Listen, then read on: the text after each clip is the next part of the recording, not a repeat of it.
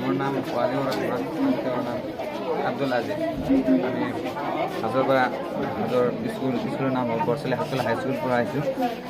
আমি ৰান্ধনি কৰাৰ বেয়া সামগ্ৰী যিবিলাক শাক পাচলি আছে, পেলনীয়া সামগ্ৰী আছে, সেইবিলাকৰ পৰা পচন সাৰ বনাইছোঁ। পেলনীয়া সামগ্ৰীৰ পৰা পচন সাৰ বনাইছা, কেনেকৈ বনাইছা ক'বা নেকি অলপ?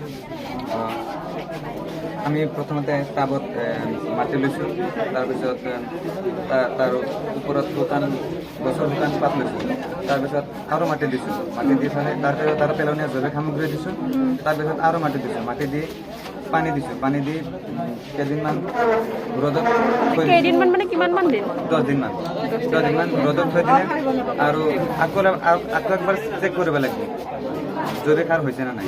হোৱা নাই, এতিয়ালৈকে হোৱা নাই। আমি আৰু এতিয়া আমি চেক কৰিম, কেনেকৈ গম পাম হৈছে নে নাই? 30 দিন 1 মাহমানৰ ভিতৰতে জৈৱিক সাৰ হৈ যাব, আমাৰ পচন্দ হৈ যাব।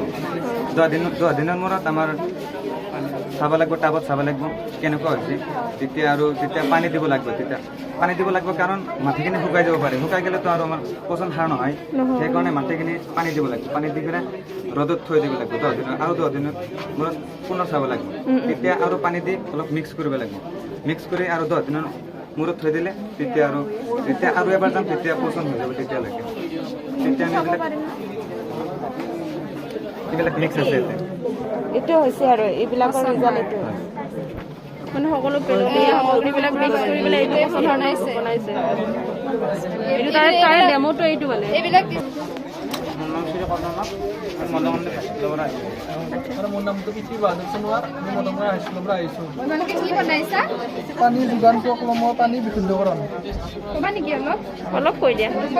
জলাধাৰ, ভূতা পদাৰ্থ অৱেক্ষণৰ বাবে অৱেক্ষণ টেংক, উপঙি থকা ঔষধিবোৰৰ অৱক্ষেপণ, লেট্ৰিন টেংক, পানী মিহলি শিলগুটি সহতা শিল পৰিস্থাপন টেংক, বেক্টেৰিয়া নিধনৰ কাৰণে ক্লৰিন প্ৰয়োগ। ধুনীয়া বনাইছা আৰু আগলৈও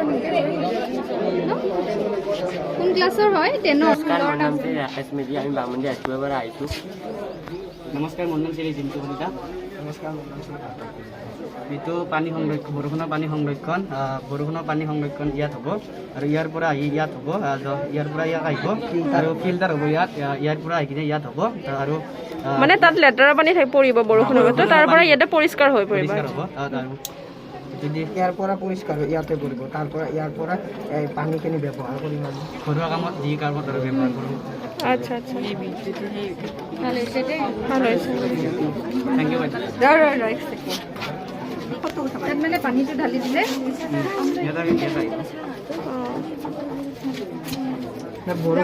শুনা ইয়াৰ পৰা যে পৰিষ্কাৰ হৈ পৰিব কেনেকে মানে? ফিল্টাৰ হ'ব,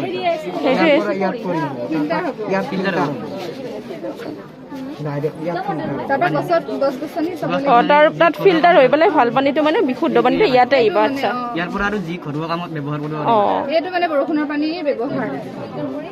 পৰিস্থিতি দিয়া ধুনীয়াকে। ক'ৰ পৰা আহিছা?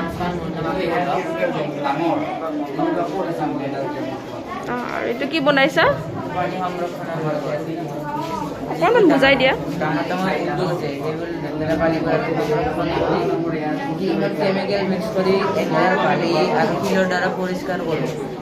এই পৰিষ্কাৰবোৰ এই পানীখিনি পৰিষ্কাৰ কৰি ঘৰ বা গাৰ্ডেন সেনেকুৱা জেগাবোৰত পঠোৱা হয়। ঘৰবোৰত এই বাচন ধোৱা বা কাপোৰ ধোৱা এনেকুৱা কামত ব্যৱহাৰ কৰা হয়। কিন্তু এই পানীখিনি খোৱাৰ বাবে উপযোগী নহয়।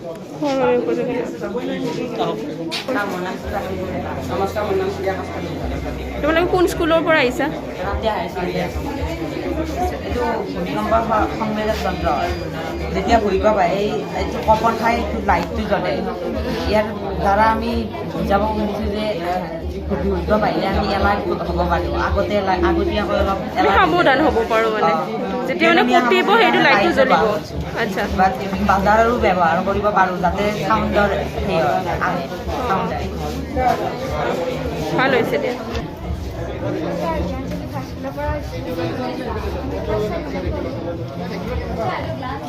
আৰু তোমাৰ নামটো আৰু এইটোৰ কথা অকণমান বুজাই দিয়া শ্বৰ্টলি।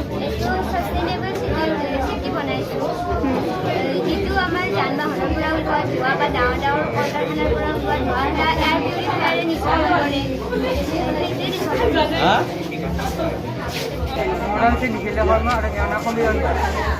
এইটো কি বায়ু বনাইছে প্ৰদূষণৰ ওপৰত বনাইছে মানে ফেক্টৰীৰে বায়ু প্ৰদূষণ কৰে আৰু গাড়ী মটৰ ধোৱাই কিনে বায়ু প্ৰদূষণ কৰে আৰু মানুহক কেনেদৰে প্ৰভাৱিত কৰে তথা দিমাগত আৰু ভৱিষ্যত পৰিকল্পনা সম্পৰ্কে লিখে।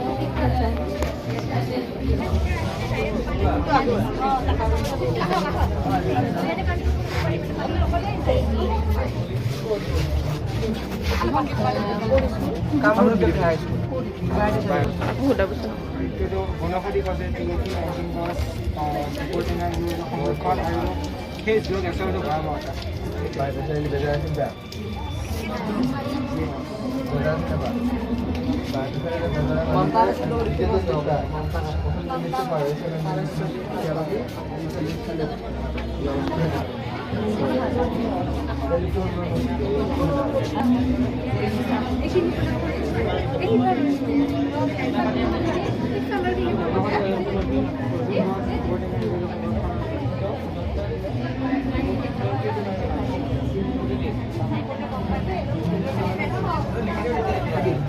টেৰৰিষ্ট গাড়ী আহি আছে, ইয়াতে আৰ্মি আছে, তো আৰ্মিকেইটা ৰখাব পৰা নাই গাড়ীটো, পাৰ্মিশ্যন নোলোৱাকৈ গ'লে মানে এনেকৈ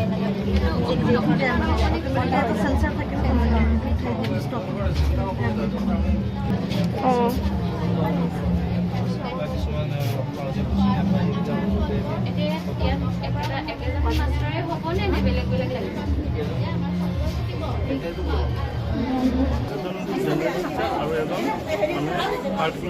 স্পেচিয়েলি এবল চিলড্ৰেনৰ লগত ৰিলেটেড যিখিনি কাম কৰি আছে তেনেকুৱা টিচাৰ দৰকাৰ হয়। যিখিনি মানে চিৰিয়াছ আছে তোমাৰ স্পেচিয়েল নিডছ দৰকাৰ আছে কোনটো ভালকৈ ল'ব লাগে কি বনাই যায় কুইজ বৰ্ড ঠিকেইতো আৰু আৰু সুধা তেতিয়াহ'লে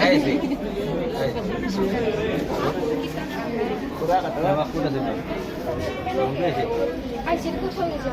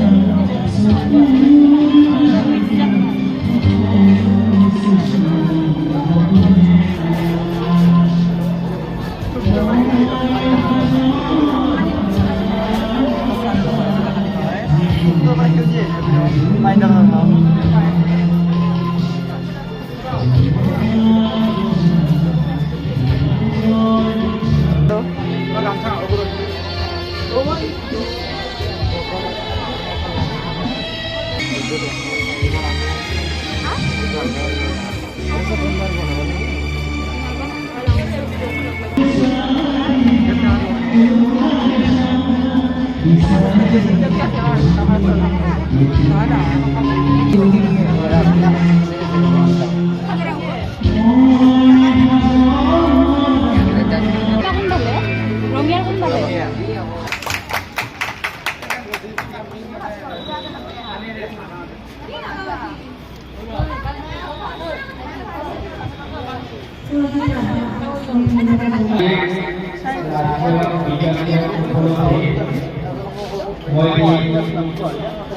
কবিতা ৰচনা কৰেছি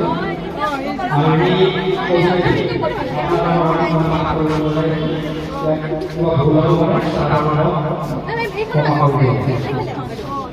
কবিতা